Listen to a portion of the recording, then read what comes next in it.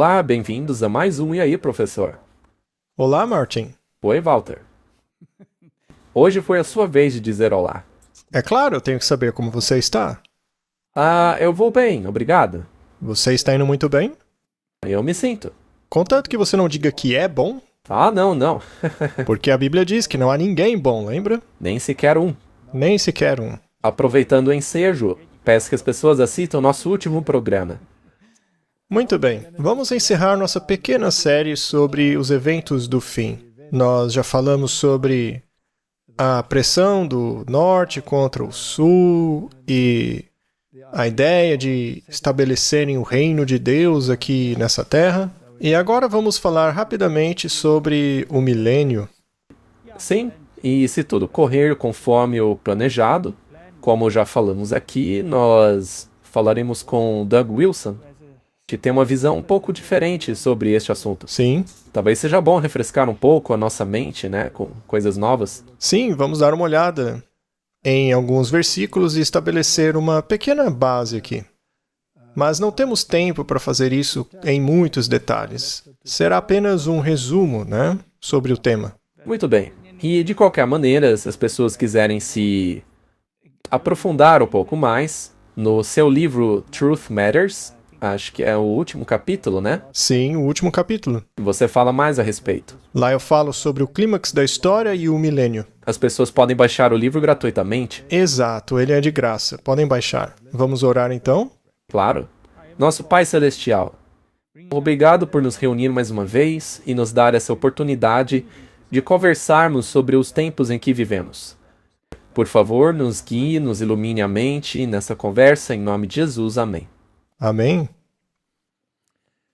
Muito bem. O milênio aqui nesta terra. Afinal, como será o milênio aqui embaixo?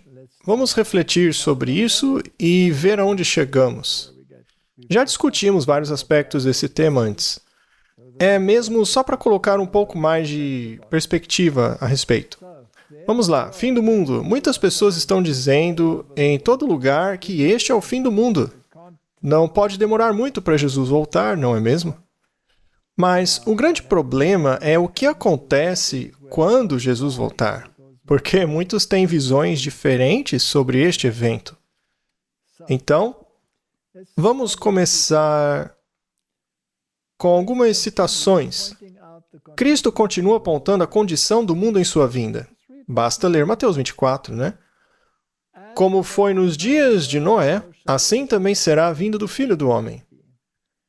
Pois assim como nos dias anteriores ao dilúvio, comiam, bebiam, casavam, davam-se em casamento, até o dia em que Noé entrou na arca, e não perceberam, até que veio o dilúvio e os levou a todos.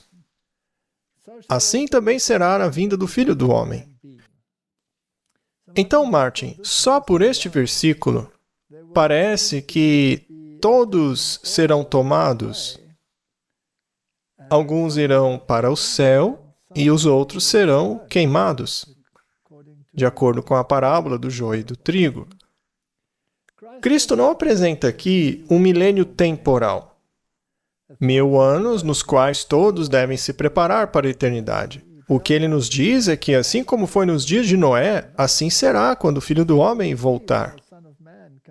E a propósito, Martin, se Deus cria nessas últimas gerações uma geração temporal, um milênio, onde todos serão convertidos, o que dizer dos pobres coitados que viveram nas outras gerações? Seria justo que Deus fizesse isso?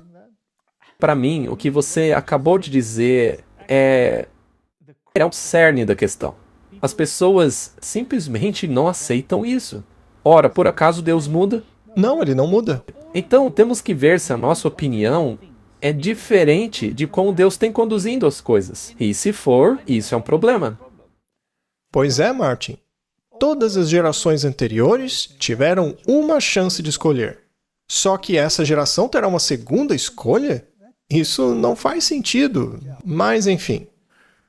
Como era nos dias de Noé? Deus viu que a maldade do homem se multiplicara na terra e que toda a imaginação dos seus pensamentos, de seu coração, era só má continuamente. Os habitantes do mundo antediluviano se afastaram de Jeová, recusando-se a fazer sua santa vontade. Eles seguiram sua própria imaginação profana e ideias pervertidas. Ora, não temos a mesma situação hoje? Sim, falamos sobre isso no outro programa. O Rei do Sul estava fazendo exatamente isso. Imoralidade, pedofilia, todas essas coisas nojentas. Pizzagate, também o caso do Epstein. O que você quiser, tudo isso é nojento. E foi por causa de sua maldade que foram destruídos. E hoje o mundo segue o mesmo caminho. Não apresenta sinais de uma glória milenar. Os transgressores da lei de Deus estão enchendo a terra de maldade. Suas apostas, suas corridas de cavalo, seus jogos de azar, sua dissipação, suas práticas lascivas, paixões indomáveis estão rapidamente enchendo o mundo de violência. É terrível o que está acontecendo. Você vê as enchentes e aquelas pobres meninas em um ambiente cristão, tudo sendo levado embora. É uma situação horrível. E veja, é uma grande destruição. Veja como o mundo está agora. Fomos avisados sobre esse tipo de coisa, que o mundo envelheceria como uma roupa. Sim. Então, esse milênio, se ele for aqui na Terra, então esse reino de Deus será num lugar cheio de caos, tristeza e difamação? Sim, isso não faz sentido. Portanto, tomando como base a maneira como as profecias foram cumpridas no passado, como um critério para julgar o cumprimento daquelas que ainda estavam no futuro, ele, Guilherme Miller, o do movimento millerita, ficou satisfeito que a visão popular do reinado espiritual de Cristo, um milênio temporal antes do fim do mundo, não fosse sustentado pela palavra de Deus. Na verdade, na história, Hans Hut já tinha chegado a essa conclusão. Até mesmo o Grattan Guinness, no final de 1800, da Inglaterra, ele acreditava no milênio terrestre, mas não conseguia encontrá-lo na Bíblia. Essa doutrina, apontando para 1000 anos de justiça e paz antes da vinda pessoal do Senhor, afastou os terrores do dia de Deus. Mas, por mais agradável que seja, é contrário aos ensinamentos de Cristo e seus apóstolos, que declaram que o trigo e o joio crescerão juntos até a colheita, o fim do mundo. Que os homens maus e enganadores irão de mal a pior, que nos últimos dias virão tempos trabalhosos, e que o reino das trevas continuará até o advento do Senhor e será consumido pelo espírito de sua boca e destruído pelo esplendor de sua vinda. Então veja que estes versos não combinam com o discurso de que haverá paz. E a propósito, quem vai restabelecer esse milênio mundial de paz? Os muçulmanos, os budistas, os cristãos? Quem vai fazer isso, não é? A doutrina da conversão do mundo e da espiritualidade do reinado de Cristo não foi mantida pela Igreja Apostólica. Não era geralmente aceito pelos cristãos até aproximadamente o início do século XVIII. Como qualquer outro erro, seus resultados foram malignos. Ensinou os homens a olharem para o futuro distante, para a vinda do Senhor, e os impediu de dar atenção aos sinais que anunciavam a sua aproximação. Ou seja, ao invés de esperar pela vinda do Senhor para destruir esses reinos, eles estão esperando que seja estabelecido aqui na Terra. E aí tem que trabalhar para o estabelecimento desse reino. E alguns acreditam que eles nem estarão aqui quando ele for estabelecido. Será para os judeus, eles acham. Uns acham que os judeus serão convertidos, já outros acreditam em outra coisa qualquer, enfim. Ele induziu um sentimento de confiança e segurança infundados e levou muitos a negligenciar a preparação necessária para encontrar seu Senhor. Esse é o ponto principal, é o cerne da questão. Então, o que a Bíblia ensina realmente, Martin? Ela ensina que há uma primeira ressurreição e que há uma segunda ressurreição e que entre essas duas há um período de 1000 anos. Não é isso mesmo? Os mortos que não estavam em Cristo não ressuscitaram, é o que diz a Bíblia, até que os 1000 anos fossem concluídos. Portanto, de acordo com a Bíblia, entre a primeira ressurreição e a segunda ressurreição há um período de 1000 anos. E ele pode ser dividido. Então, vamos ver o que acontece na primeira ressurreição de acordo com as Escrituras. Bem, temos a vinda de Cristo, na qual os mortos justos serão ressuscitados. Os mortos justos são ressuscitados primeiro, de acordo com as Escrituras.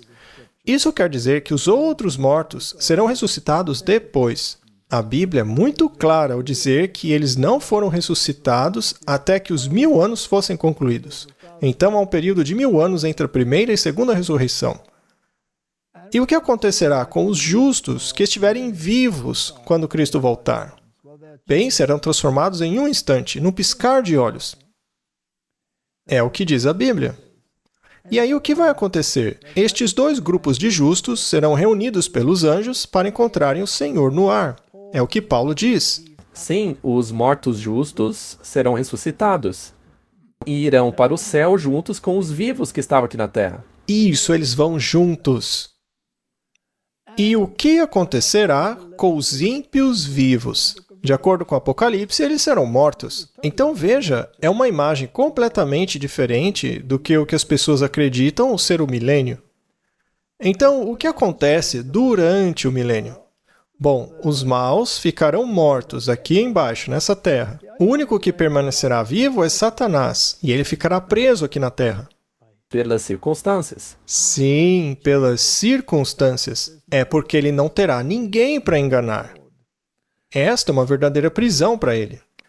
Portanto, de acordo com a Bíblia, os santos reinarão com Cristo no céu por 1000 anos.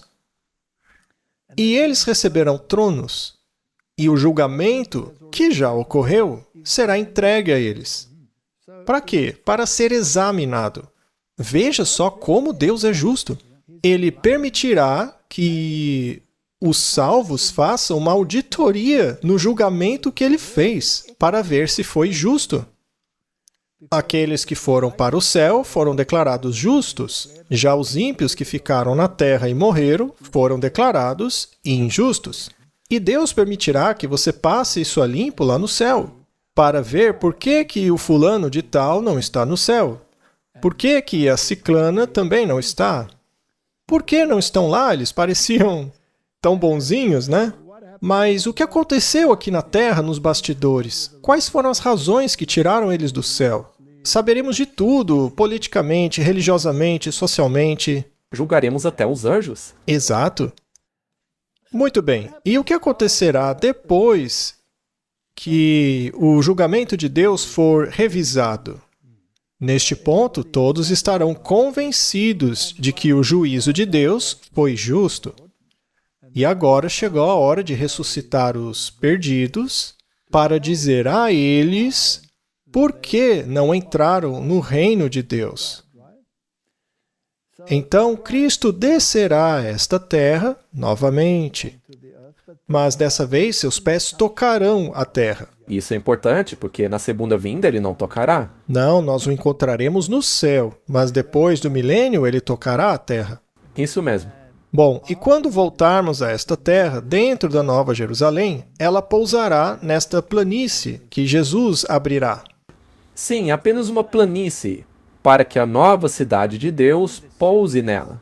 Mas é uma cidade nova em folha. Sim, não é essa Jerusalém atual. Tudo terá sido destruído por terremotos, pedras, tudo estará arruinado. Exato. E aí sim, ele ressuscita os ímpios mortos, o que dará a Satanás a oportunidade de, mais uma vez, tentar essas pessoas, os perdidos desde a época do dilúvio. O mundo antediluviano, através de todos os reinos até os tempos de hoje, com todo o seu conhecimento e know-how de como fazer guerra e maldades.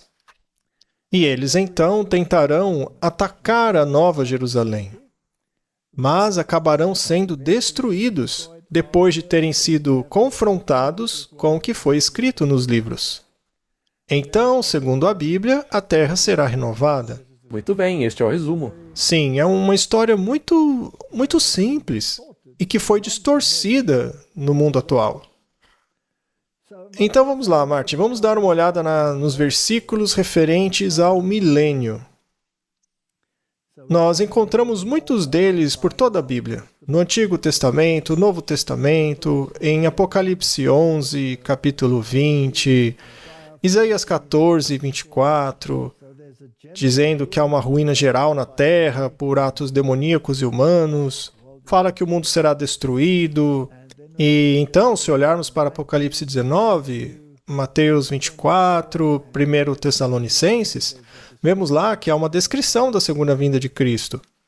Depois vem a ressurreição dos justos, que lemos em Apocalipse 20, Tessalonicenses capítulo 4, e depois a morte dos ímpios que estarão vivos na segunda volta de Jesus.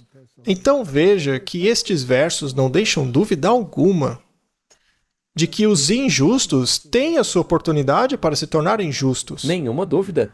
A chance deles é agora, até a segunda vinda. Se fosse do jeito que o pessoal fala, para Deus ser justo, ele tinha que dar a todos uma segunda chance. Mas não, todos têm apenas uma. A Bíblia diz que é dado aos homens morrer uma só vez. E depois disto, verá o juízo. Uma chance, não duas. Então, o que as pessoas ensinam por aí não é bíblico. Mas, muito bem, vamos rever o que acontece durante o milênio. Neste período, Satanás estará preso pelas circunstâncias.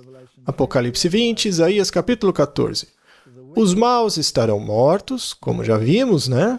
Estarão mortos. Os que já estavam mortos continuarão mortos. Ninguém ressuscita. E os que estavam vivos na segunda vinda de Jesus serão mortos. Inclusive, a Bíblia diz que eles se tornarão como esterco no chão, porque não haverá ninguém para enterrá-los. A terra ficará desolada. Será mais uma vez como um abismo, deformada, sem forma. Tudo será ruína total e completa.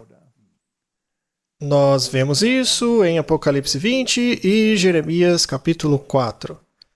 Já os salvos de todas as eras estarão com Cristo no céu. Haverá uma espécie de revisão do julgamento feito por Deus.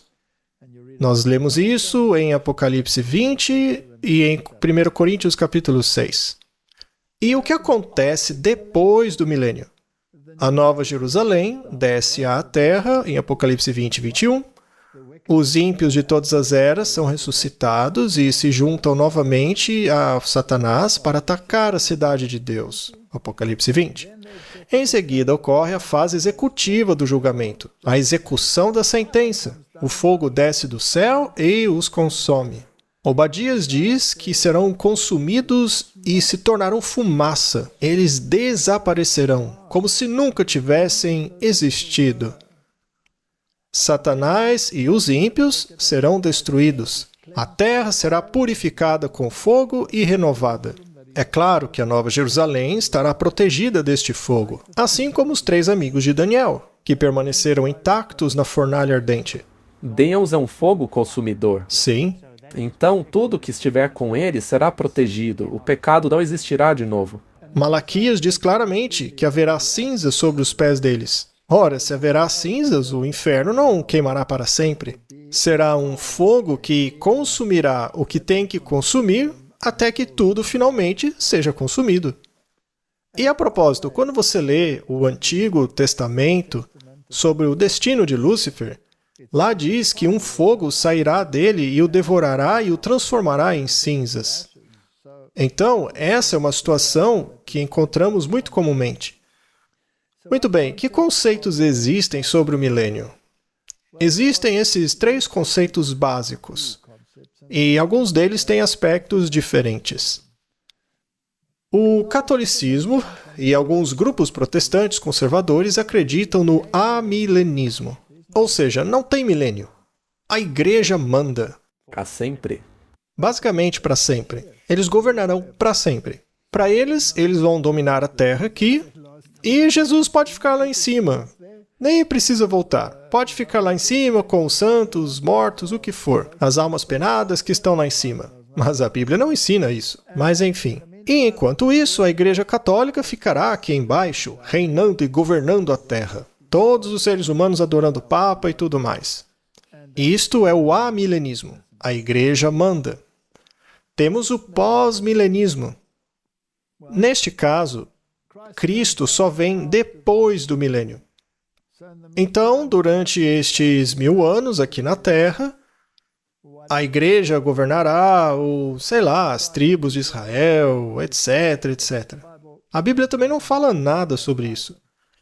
E dentro do pré-milenismo, tem o pré-milenismo dispensacionalista, onde Cristo vem, mas ele estabelece o reino dele aqui embaixo mesmo, de forma que não existe esse vácuo aqui embaixo. Tudo vai acontecer aqui na Terra mesmo. Não é essa visão que dá aos judeus uma segunda chance? Sim, todos terão uma segunda chance neste modelo. Esse é o modelo dispensacionalista.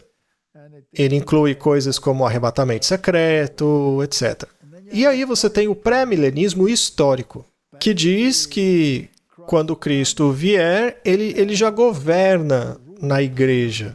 Então, a igreja realmente, aquela que era governada, eles sempre quiseram esse Reich de 1000 anos, esse reino aqui embaixo. E aí você tem o verdadeiro pré-milenismo, que ensina que quando Cristo vier, destruirá os ímpios, e durante o milênio, como vimos, os santos serão levados para o céu, e depois ele volta para estabelecer o reino dele aqui na Terra, após o milênio.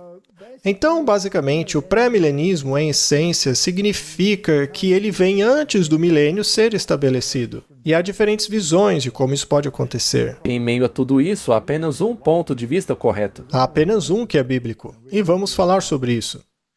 Então, vamos dar uma olhada no que a Bíblia diz sobre os eventos pré-milenistas. Apocalipse capítulo 20 é fundamental em toda essa história. E vi tronos, e assentaram-se sobre eles, e foi-lhes dado o poder de julgar. E eu vi almas daqueles que foram degolados por causa do testemunho de Jesus e da palavra de Deus, e que não adoraram a besta nem a sua imagem, e não receberam o sinal na testa nem nas mãos, e reviveram e reinaram com Cristo durante 1000 anos. Então estes aí são os santos de Deus, correto? Eles são ressuscitados antes do milênio. Caso contrário, não poderiam ir para ele com o céu para reinar por 1000 anos. Então isso acontece antes do milênio, para que eles possam finalmente reinar com Cristo durante 1000 anos, certo? Exatamente. Agora, algumas pessoas acham que isso aí acontece literalmente na Terra. Não, porque em nenhum lugar na Bíblia diz que isso será na Terra. Apocalipse 20, versículo 5. Mas o restante dos mortos não reviveu, até que os 1000 anos se completassem. Esta é a primeira ressurreição. Lembre-se, há um ponto final aqui, Martin. Esta é a primeira ressurreição, referindo-se à ressurreição dos justos, que são levados aqui para o céu, já que a segunda ressurreição ainda não aconteceu. Ela só vai ocorrer depois dos 1000 anos. Isso, você não pode dizer que essa é a primeira ressurreição e colocá-la... E dizer que essa é a segunda? Não. Então, a primeira ressurreição é a ressurreição dos justos. Eles são levados para o céu, aonde reinarão com Cristo por 1000 anos. A Bíblia deixa isso claro. Apocalipse 20, versículo 6. Bem-aventurado e santo é aquele que tem parte na primeira ressurreição. Martin, não queremos fazer parte da segunda ressurreição. Sobre tais, a segunda morte não tem poder. Aí se refere aos da primeira ressurreição. Exato, e estes viverão para sempre. Não há segunda morte para eles. Então, os salvos que morreram, morreram apenas uma vez. Sendo assim, a segunda morte não vai acontecer para eles. Eles vão viver para sempre. E os felizardos que estiverem vivos quando Jesus voltar na segunda vez, nunca terão visto a morte. Estes serão sacerdotes de Deus e de Cristo, e reinarão com ele 1000 anos. Quando uma pessoa reina, ela exerce autoridade, né? Quando você exerce autoridade, você só pode exercer autoridade que está sujeita a uma lei.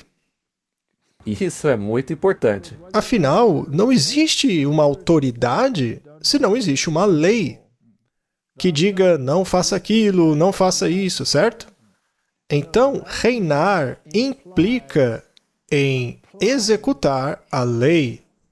Isso é reinar.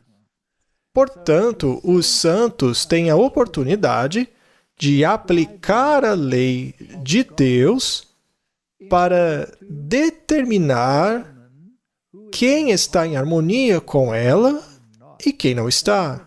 Isto significa reinar. Então, Cristo já determinou quem estará com Ele no céu, porque todo julgamento foi dado a Ele. Então, este julgamento, este reinado dos santos com Jesus no céu por 1000 anos, é para que estes verifiquem e constatem que o julgamento feito por Cristo foi justo e imparcial. Mas para isso eles precisam de uma lei. Eles vão pegar a lei e analisar cada caso a partir dela. Então, se você quer saber por que tal pessoa não está lá, verifique os registros e verá que aquela pessoa, ou aquele governo, ou aquela situação não foi permitida ali no céu. É assim que reinaremos com Cristo por 1000 anos. Você, como professor, com certeza já corrigiu muitas provas em sua vida. Sim, infelizmente muitas. E existe uma norma que você usa para determinar quem errou e quem acertou. Exatamente. É a mesma coisa. Correto? Então, é assim que reinaremos. Porque se você pensa que vai dar ordem aos anjos e ser o grande chefão lá no céu, não será assim. Seremos como irmãos e irmãs. A única regra que teremos é aplicar as leis às situações. É isso que um governante faz. Exatamente. E se a pessoa acha que ela vai ditar as regras lá em cima, essa pessoa também tem que entender como Deus governa lá em cima, como Ele trabalha. Sim, não somos senhores uns dos outros. Não é assim que funciona. Então, o reino de Deus é muito diferente de como operam os reinos aqui na Terra. Os nossos são ditatoriais. Temos que tirar esse espírito ditatorial do nosso sistema. Seja você um pai, ou um marido, ou namorado, ou namorada. Se você tem um espírito ditatorial, supere isso. Ou, se você é um chefe, supere isso. Muito bem. Então, obviamente, Cristo já terá feito o seu julgamento. E este julgamento é chamado de juízo pré-advento. Ele está acontecendo no céu agora mesmo. E esse é um fator muito criticado. Sim. Eles acham que não tem isso. Já fizemos um programa todo sobre este assunto. Você pode colocar um link sobre isso novamente, onde ensinamos que há sim um julgamento pré-advento. Eu acho que o Robert e o Marlon também falaram sobre isso, né? Então esse assunto já foi discutido aqui exaustivamente. É impossível que não esteja havendo um julgamento no céu agora. Quando ele voltar, já está decidido quem está salvo ou não. Isso. E um outro nome para esse julgamento é juízo investigativo. Isso mesmo. Porque todos os casos têm que ser investigados antes que ele volte. E durante o milênio nós vamos julgar, ou seja, vamos analisar para constatar se o juízo foi justo. Isso mostra como Deus é maravilhoso. Ele não precisava fazer isso. Mas vamos lá. Apocalipse 22, versículo 12. E eis que cedo venho, e a minha recompensa está comigo, para retribuir a cada um segundo a sua obra. Então, já precisa ter havido uma investigação, um julgamento, para dar a cada um a sua recompensa, de acordo com o que fez. 1 João 3, versículo 4. Todo aquele que comete pecado também transgride a lei, porque o pecado é a transgressão da lei. Então é assim que você determina se algo é bom ou mal. Sim, essa é a norma, que dita o que é certo e errado. E por quê? Porque a lei opera a ira, pois onde não há lei, não há transgressão. Então, naturalmente, deve haver uma lei para que o transgressor seja punido. Não é difícil de entender. Em Tiago, lemos que todo aquele que guarda toda a lei, mas erra em um ponto, é culpado de errar em todos. Isso aí é interessante. Satanás começou cobiçando a posição de Cristo. Ou seja, ele quebrou o 10º mandamento, né? E uma vez que ele cobiçou a posição de Cristo, ele queria ser um outro Deus além de Cristo. Quebrou o 1º mandamento. E assim ele se fez um ídolo para os outros. Portanto, quebrou o 2º mandamento. E assim blasfemou contra Cristo, porque assumiu uma posição que não era a dele. E assim usurpou a autoridade de Cristo, quebrando assim o quarto mandamento. Ele não honrou o seu pai, o seu Criador. Então, quebrou o quinto mandamento. E, finalmente, ele matou o Cristo, quebrando o sexto, o que já havia feito em sua mente. E ele só conseguiu tudo isso por meio da mentira. E ele teve um relacionamento adúltero consigo mesmo. Porque ele fez de si mesmo um ídolo. Então, ele tornou-se um apóstata em relação a Deus. Isso é adultério espiritual, ele quebrou o sétimo mandamento. Ele era um mentiroso, ladrão, assassino, ele quebrou tudo. Muito bem. Pois o mesmo que disse, não adulterarás, também disse, não matarás. Ora, se não adulteras, mas matas, tornas-te transgressor da lei. No caso de Davi, o que ele fez? Cometeu adultério. E para encobrir isso, ele cometeu assassinato. A mesma coisa. Falem e façam assim, como aqueles que serão julgados pela lei da liberdade. Portanto, a norma de julgamento é a lei. Veja só, a lei é a lei da liberdade. Ela te liberta se você aceitá-la. Te liberta do pecado. Eclesiastes diz, a conclusão de tudo isso é, teme a Deus e guarda os seus mandamentos, porque isso é o dever de todo homem. Porque Deus há de trazer a juízo toda a obra, e até tudo que está encoberto, quer seja bom, quer seja mal. Não há dúvidas de que a lei é o padrão, é a norma. Então, em Apocalipse 14, quando diz, temei a Deus e dai-lhe glória, o caminho para temer a Deus é guardar os mandamentos. É assim que damos glória a Ele, imitando o seu caráter. Certo? É algo tão óbvio. É óbvio, não é? E Atos 17:31, porque Ele designou um dia em que julgará o mundo em justiça por meio do homem que Ele destinou. E disso deu certeza a todos, ressuscitando-o dentre os mortos. Então, Martin, quem fará o julgamento? Jesus. O julgamento que os santos farão é apenas uma confirmação do julgamento que Jesus já fez. Sim, é como uma auditoria. Eclesiastes 3:17. Eu disse em meu coração, Deus julgará os justos e os ímpios, pois há um tempo para todo propósito e toda obra. E Pedro diz, porque já é tempo que comece o julgamento pela casa de Deus. E se começa por nós, qual será o fim daqueles que desobedecem o Evangelho de Deus? Então, Martin, se você sabe a verdade, mas não a pratica, isso é ruim para você. É muito pior. No episódio anterior, você falou sobre isso. Deus usa padrões diferentes dependendo do que a pessoa sabe e o que não sabe. Isso, porque Deus releva o tempo da sua ignorância. Mas se você sabe o que é certo e não faz, isso é pecado. Muito bem, onde acontece esse julgamento? Daniel 7 nos fala sobre isso. E vi tronos que foram postos, e o ancião de dias assentou-se, cuja vestimenta era branca como a neve, e o cabelo de sua cabeça como a pura lã. O seu trono era como chamas de fogo, e as suas rodas como fogo ardente. Ele está vendo o trono no céu, e não uma cena aqui na terra. Um rio de fogo jorrava e saía diante dele. Milhares de milhares o serviam, miríades de miríades estavam diante dele. O julgamento foi estabelecido, os livros foram abertos. Isso aqui é o céu. Não é aqui na Terra. Não. E acontece antes da segunda vinda de Cristo, quando ele virá com recompensa. Então veio o Filho do Homem com as nuvens do céu, com os anjos, e ele recebeu esse poder. Agora, Martin, ele também nos diz, enquanto fala aqui, em Daniel, que enquanto isso acontece no céu, o chifre pequeno estava falando arrogâncias aqui embaixo. Então, este não é um julgamento na terra.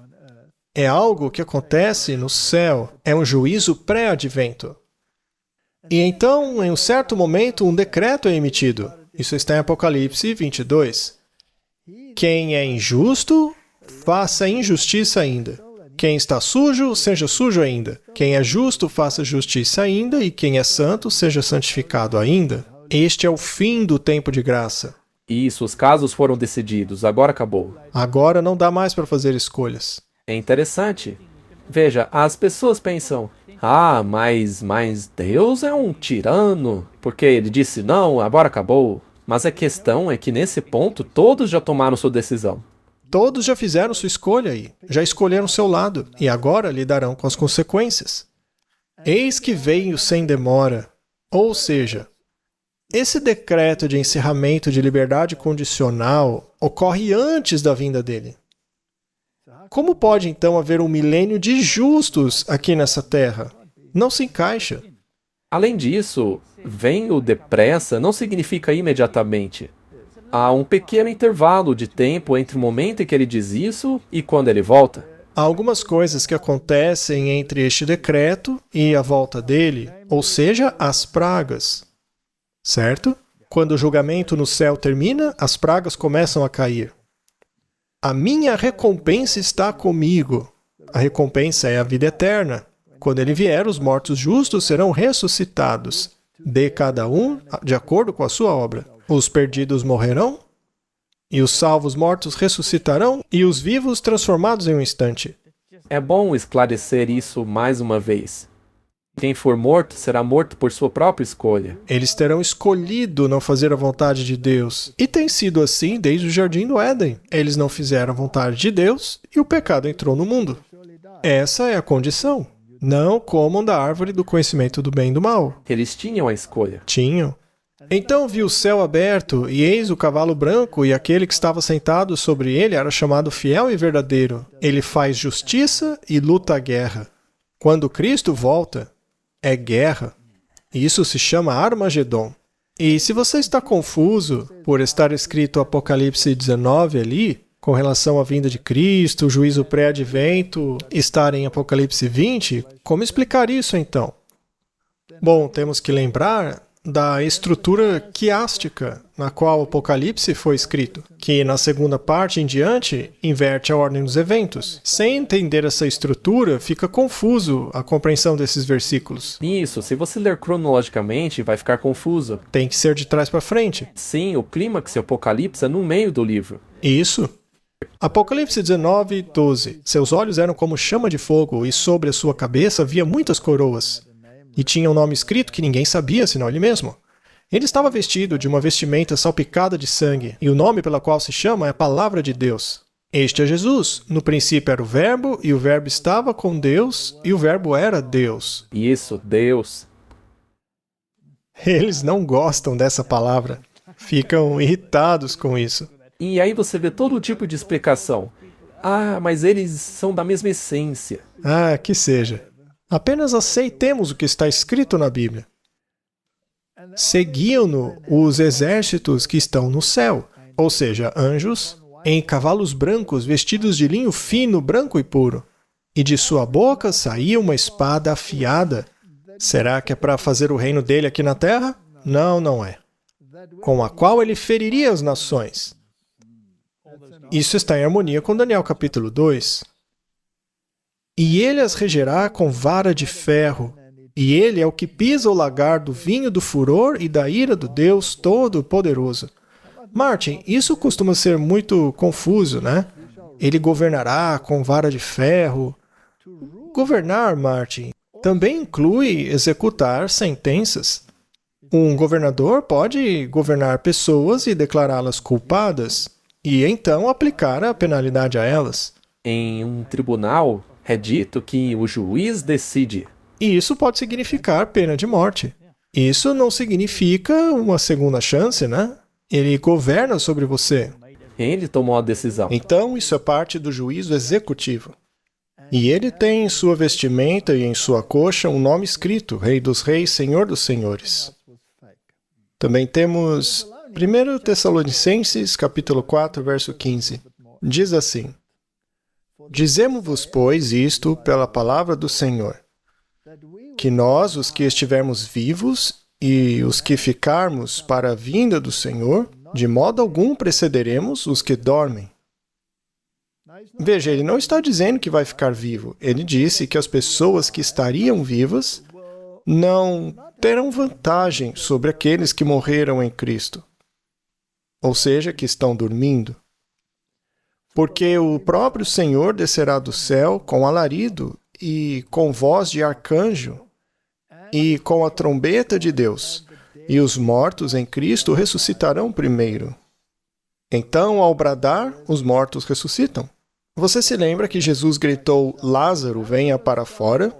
Ele disse isso em alta voz. Essa ressurreição foi um tipo desta ressurreição. Então, nós, os que ficarmos vivos, ou seja, os que estiverem vivos quando Jesus voltar, seremos arrebatados juntamente com eles, os ressuscitados salvos, nas nuvens, ao encontro com o Senhor nos ares. Então veja, ele não virá aqui governar pelos próximos 1000 anos. E assim estaremos com o Senhor por quanto tempo? Para sempre, Martin. Portanto, consolai-vos uns aos outros com estas palavras. Então, os nossos amigos mortos, qualquer parente que você tenha, você não precederá essas pessoas. Iremos todos juntos para o céu. É o que a Bíblia diz. Vou preparar-vos lugar e depois voltarei novamente para que eu possa levá-los para onde eu estou. E não encontrar as pessoas lá em cima. Ele vem aqui buscá-las. E agora veremos novamente o que acontece durante o milênio. Eu vi um anjo, Apocalipse 20, versículo 1 em diante. Vi um anjo descer do céu, tendo as chaves do poço do abismo e uma grande corrente na mão. E ele prendeu o dragão, a antiga serpente, que é o diabo e Satanás, e o amarrou por 1000 anos. Ou seja, ele não terá nada para fazer, ninguém a tentar. Essa é a sua prisão. Ficará preso aqui apenas aguardando a condenação. Ele contemplará por 1000 anos a destruição que causou. Porque, segundo a Bíblia, quando Jesus volta, o mundo é todo destruído. E houve um grande terremoto, e uma chuva de granizos pesadíssimos caíram e destruiu tudo. E lançou-o no abismo, e ali o prendeu, e colocou um selo nele, para que não enganasse mais as nações, porque já não haverá mais nações, né? Até que os 1000 anos se cumpram, e depois ele deve ser solto por um pouco de tempo. Mas por que Deus vai permitir que ele tenha esse pouco de tempo? Para que os salvos possam ver com seus próprios olhos que os perdidos, ao invés de irem até a cidade, se ajoelharem e dizerem, nós estamos errados, por favor, perdoa-nos. Ao invés de fazerem isso, não, eles tentarão tomar a cidade por violência. Isso mostra que o caráter deles não mudou. Eles não se arrependeram. E mesmo quando se ajoelharem reconhecendo Jesus como Senhor, não será por uma mudança no coração. Não, é assim como Judas, não é? Isaías nos dá um pouco mais de conhecimento sobre o que acontecerá com o diabo. Contudo, serás levado ao inferno, ou seja, a morte, túmulo, fim dele. Isso é importante. Ao mais profundo abismo.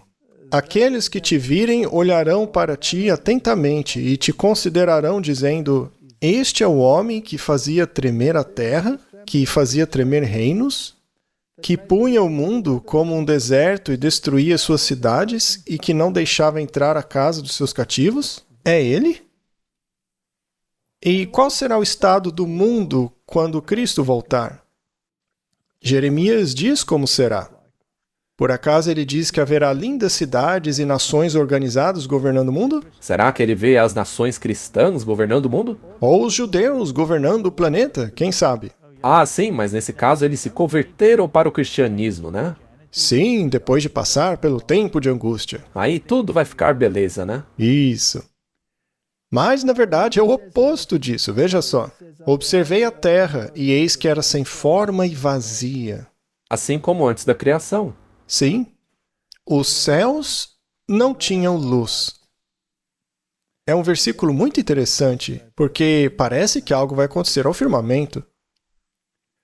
Olhei para as montanhas, e eis que elas tremiam, e todas as colinas se moviam levemente. Olhei, e eis que não havia homem algum.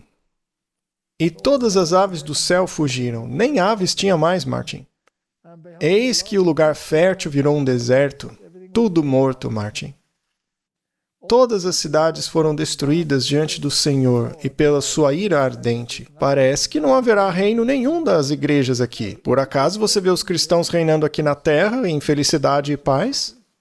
Well, depois das pragas caírem e Jesus voltar, todos os salvos estarão no céu. Não fica nada aqui na terra. Nada, tudo destruído. Isaías descreve isto desta forma no capítulo 24. E acontecerá naquele dia, ou seja, a volta de Jesus, que o Senhor castigará os exércitos dos altos que estão nas alturas e os reis da terra sobre a terra. Veja que não há citação alguma de um reino terrestre. Eles serão ajuntados como os presos são ajuntados na cova, serão encerrados na prisão, ou seja, a morte. E depois de muitos dias serão visitados. Que muitos dias são esses? Os 1000 anos. O milênio, porque os mortos não voltarão a viver até que os 1000 anos terminem. Não foi o que lemos?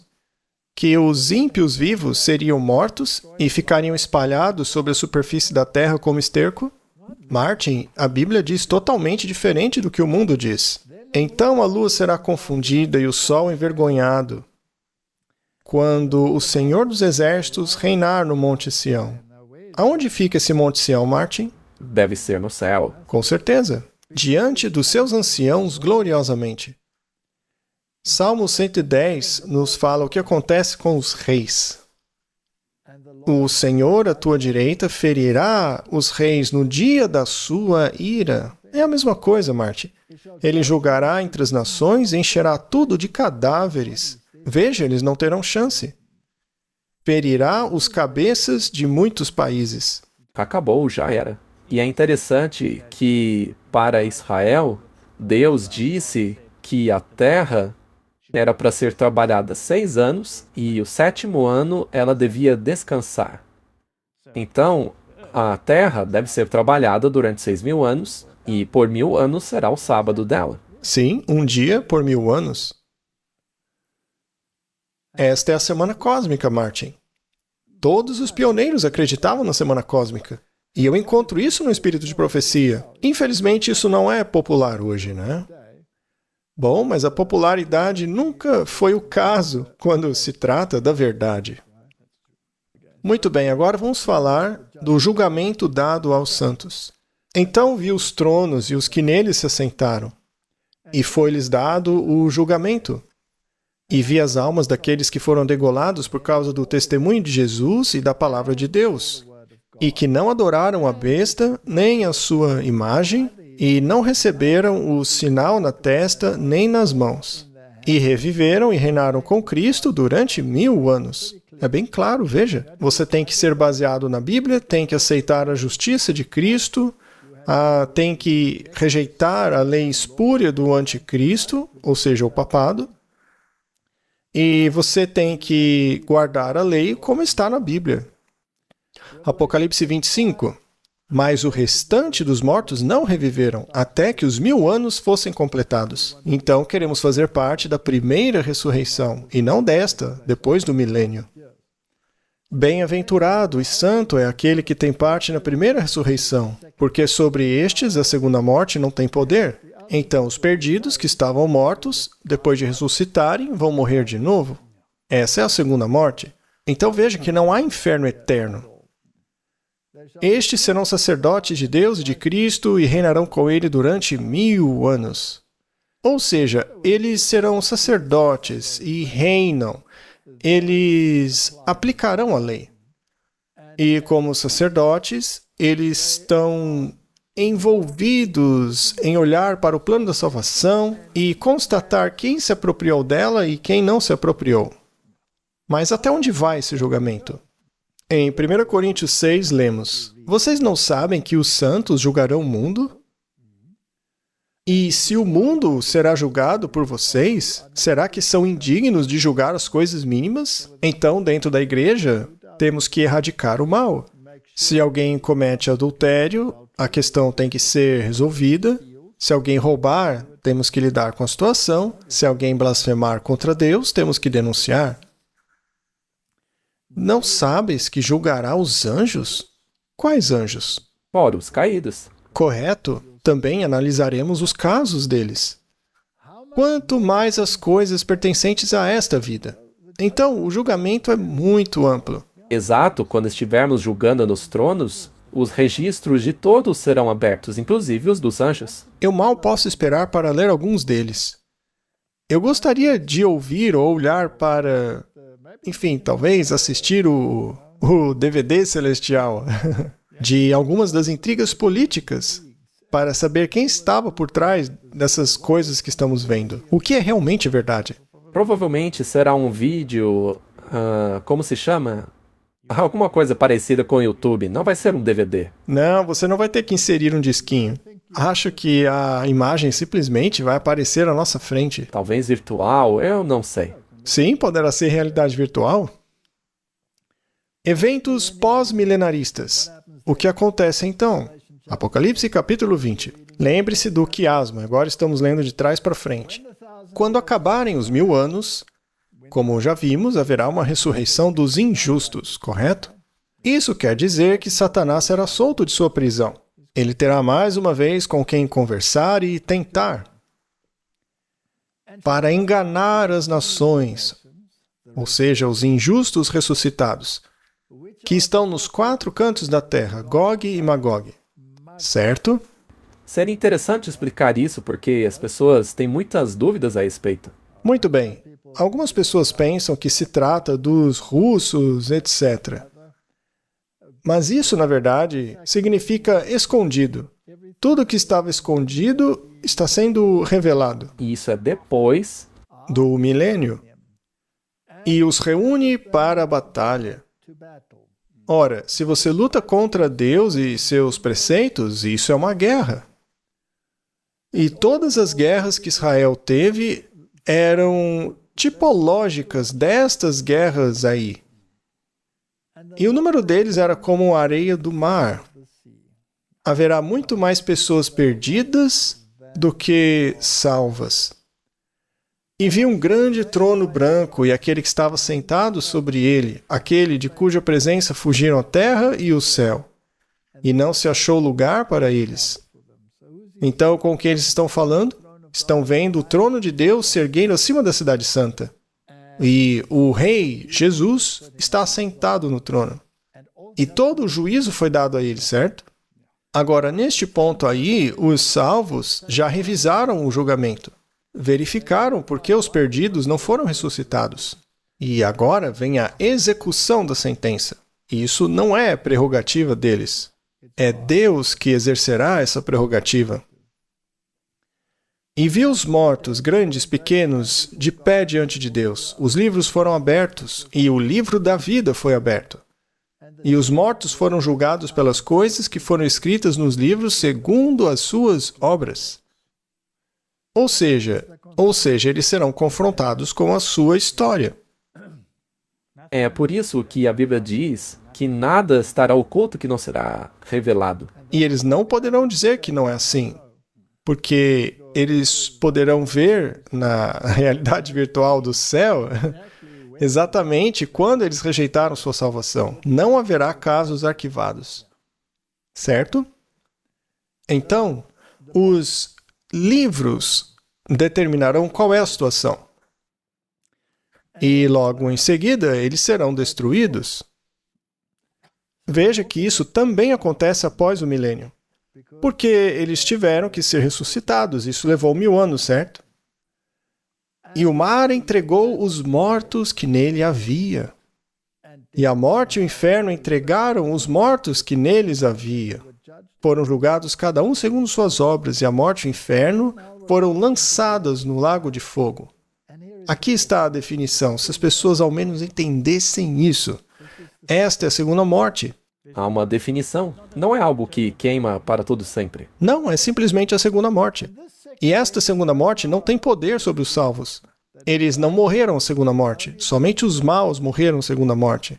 E todo aquele que não foi achado escrito no livro da vida foi lançado no lago de fogo, que não queimará para sempre. As consequências desse fogo são eternas. Os ímpios nunca mais ressuscitarão depois dessa destruição. Se tornarão cinzas sob os pés, conforme diz Malaquias. E subiram na largura da terra e cercaram o acampamento dos santos e a cidade amada. E desceu fogo do céu e os devorou. Muito bem, vamos analisar isso de novo, levando o quiasmo em consideração primeiro. Bom, então eles primeiro atacam a cidade, e eles têm que estarem vivos para fazer isso, certo? E aí eles serão confrontados com os livros, aí desce o fogo de Deus do céu e os devora. O que significa a palavra devorar, Martin? Obliterar. Obliterar. Eu só quero reiterar o que você acabou de dizer. As pessoas têm que lembrar que é quase como se estivéssemos lendo ao contrário. Depois de qual parte mesmo do Apocalipse você acabou de ler? Por onde você começou? A parte central é o evento do fim dos tempos. Isso é do capítulo 10 de Apocalipse em diante. Você tem a parte histórica e depois a parte escatológica. O que acontece nos eventos do fim dos tempos, vemos lá no capítulo 10, 11, 12, 13, 14 até o 17. Aí entramos na parte escatológica. E o diabo que os enganava foi lançado no lago de fogo e enxofre, onde estão a besta e o falso profeta, e serão atormentados de dia e noite pelo século dos séculos. Agora, a palavra ali, pelo século dos séculos, é até a finalidade, até que acabe. Como acabamos de dizer, até que não haja mais nada para queimar. Mesmo na Idade Média, diziam que o rei reine para sempre. Ora, todos sabiam que o rei ia morrer um dia, ele não governaria para sempre, mas até o fim. Lá em Jeremias, vemos que o fogo consumirá Jerusalém. E esse seria um fogo eterno que nunca se apagaria, disse ele. E aí ela foi destruída por Nabucodonosor. E não tem mais fogo hoje. O fogo queimou até consumir tudo. Ele não foi apagado até ter concluído o seu trabalho de queimar. Então, este é o sentido. Do contrário, a Bíblia se contradiria, caso você queira ler de forma literal. Mateus 25, versículo 41. Então dirá também aos que estiverem à sua esquerda: apartai-vos de mim, malditos, para o fogo eterno, preparado para o diabo e seus anjos. Não era para o ser humano morrer nesse fogo, Martin. Não, porque o fogo era reservado para o diabo. Sim, ele não era para o homem. Era para o diabo e seus anjos. Mas, por escolha, a humanidade tornou-se participante da punição. Vamos esclarecer um pouco. Malaquias 4:1. Eis que vem o dia que arderá como um forno. É o fogo do qual estamos falando. Aonde todos os soberbos, sim, todos os que praticam a impiedade, serão como restolho. Ou seja, cinzas. E o dia que vem os queimará, diz o Senhor dos Exércitos, de sorte que não lhes deixará nem raiz nem ramo. O quão definitivo é isso, Martin? Versículo 3 diz: E pisareis os ímpios, porque se farão cinza debaixo das plantas dos vossos pés naquele dia. Então o fogo queimará até concluir seu trabalho. Debaixo da sola dos seus pés naquele dia, diz o Senhor dos Exércitos. Então veja com que clareza isso explica os aspectos simbólicos dessa destruição. Nunca foi para o homem, porque Cristo pagou o preço por todos. Todo aquele que nele crê não perecerá. E depois que o fogo tiver acabado, teremos o privilégio de testemunhar o poder criador de Deus. Veja, nem mesmo Adão e Eva tiveram esse privilégio. Não é legal? Veremos Deus recriar a terra. E talvez Adão e Eva, não sei, a Bíblia não fala sobre Eva, mas diz que o segundo Adão e o primeiro Adão estarão no céu. Sim, eles vão se abraçar. Sim, eles se abraçarão. 2 Pedro 3, versículo 10. Mas o dia do Senhor virá como ladrão de noite, no qual os céus passarão com grande estrondo, e os elementos se derreterão ardendo, e a terra e as obras que nela há serão queimadas. Aí, Martin, mais uma vez. Mais adiante na Bíblia é dito que o povo de Deus não precisa ter essa experiência de ladrão à noite. Então, somente se você não estiver informado ou despreparado, aí sim será uma grande surpresa para você. Mas se você estiver esperando a vinda do Senhor, observando os sinais, neste caso, não deveria ser um ladrão à noite. Exato. Ora, visto que todas estas coisas hão de ser dissolvidas, que pessoas deveis ser em santo trato e piedade, aguardando e apressando-vos para a vinda do dia de Deus, em que os céus em fogo se dissolverão, e os elementos ardendo se fundirão.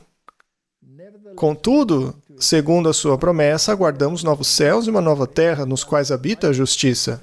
E aí ele diz que Sodoma e Gomorra são um exemplo do que acontece no final, sofrendo o fogo eterno, que não pode ser apagado. Mas Sodoma e Gomorra não queima hoje, porque foram consumidas, viraram cinzas. Mas as consequências ainda estão lá. Se decidimos fazer o mesmo que eles fizeram, aí teremos o mesmo destino. Mesmas consequências. E então ele vê a cidade santa, a nova Jerusalém, descendo da parte de Deus, do céu, preparada como uma noiva adornada para o seu marido. Mas veja, a cidade desceu antes da segunda ressurreição, porque estamos lendo de trás para frente, lembra? E após descer, ela será preservada entre aquele fogo que cai do céu, porque o trono se ergue acima da cidade, certo? É como quando você purifica algo no fogo. Por exemplo, a prata ou algo assim. Correto? O povo de Deus realmente passou pelo fogo lento da purificação, não é? Isso mesmo. E aqui veremos... Mas Deus sabe que somos fracos, então Ele manteve a temperatura até um ponto em que não nos consumisse. Martin, ao continuarmos lendo a história, veremos que Deus recriará tudo. E então nós construiremos casas e plantaremos vinhas. Ou seja, nós teremos uma morada terrena. Teremos uma mansão na cidade que Deus nos preparou. Jesus disse que iria preparar-nos esse lugar. Então, teremos uma morada na cidade e também uma morada fora dela, em uma fazenda. Construiremos nossas casas e o leão e o cordeiro morarão juntos. Que legal, hein? E quando o leão passa, você diz, ei, gatinho, gatinho. Ele vem e começa a se esfregar em você. E talvez vejamos também alguns répteis gigantes, mas com aparência muito agradável e amigável, não é? Nenhum rugido de violência da parte deles. Eu também estava pensando que não haverá labuta. O trabalho não será difícil, porque ao pensar em fazenda agora, eu já penso em tirar as ervas daninhas, todo aquele trabalhão, mas não será assim. Tudo voltará a ser como o plano original de Deus, e Ele enxugará todas as nossas lágrimas. Mas por que Ele vai ter que enxugar as nossas lágrimas? Ora, porque algumas pessoas não estarão lá e nós vamos chorar por causa disso. Mas com o passar do tempo, à medida que vivermos juntos com os irmãos salvos, eventualmente a dor vai desaparecer. E veja o conhecimento que vamos adquirir sobre o universo de Deus. Porque não haverá mais mentiras. Não vai ter mais Hollywood com seu teatro jesuíta, suas teologias podres ou sua ciência jesuíta. Aprenderemos a verdadeira ciência. Não haverá historinha de evolução. Não haverá dúvidas. Imagine o que está à sua frente, diante de você. Todos os segredos que desvendaremos, descobriremos, estudaremos. Será incrível. Tenho certeza de que quando chegarmos lá, veremos que a luta valeu a pena. Sim, com toda certeza. E veja, tudo que você sempre sonhou em aprender ou fazer nessa terra, mas não teve a oportunidade, Lá você poderá fazer, porque o tempo não será mais um problema. Tocar um instrumento. E, aliás, quantos instrumentos será que seremos capazes de tocar? Uma infinidade. Quanto da natureza poderemos investigar? Bem, aquilo que nenhum olho viu ou nenhum ouvido já ouviu. Será espetacular. Absolutamente espetacular. Portanto, o que a Bíblia ensina é muito melhor do que essa história de milênio aqui na Terra. Vamos encerrar com uma oração. Pai Celestial, Tua Escritura tem uma bela conclusão para as lutas e turbulências e lágrimas e catástrofes desta vida. Eu oro para que tudo isto que lemos na Bíblia hoje se torne uma realidade em breve, para que o sofrimento e as lágrimas desta terra cheguem ao fim, e o domínio dos tiranos e das leis injustas também cheguem ao seu fim, e que o ódio entre grupos de pessoas também chegue ao fim, para que amemos a Deus e ao próximo como a nós mesmos. Em nome de Jesus, amém.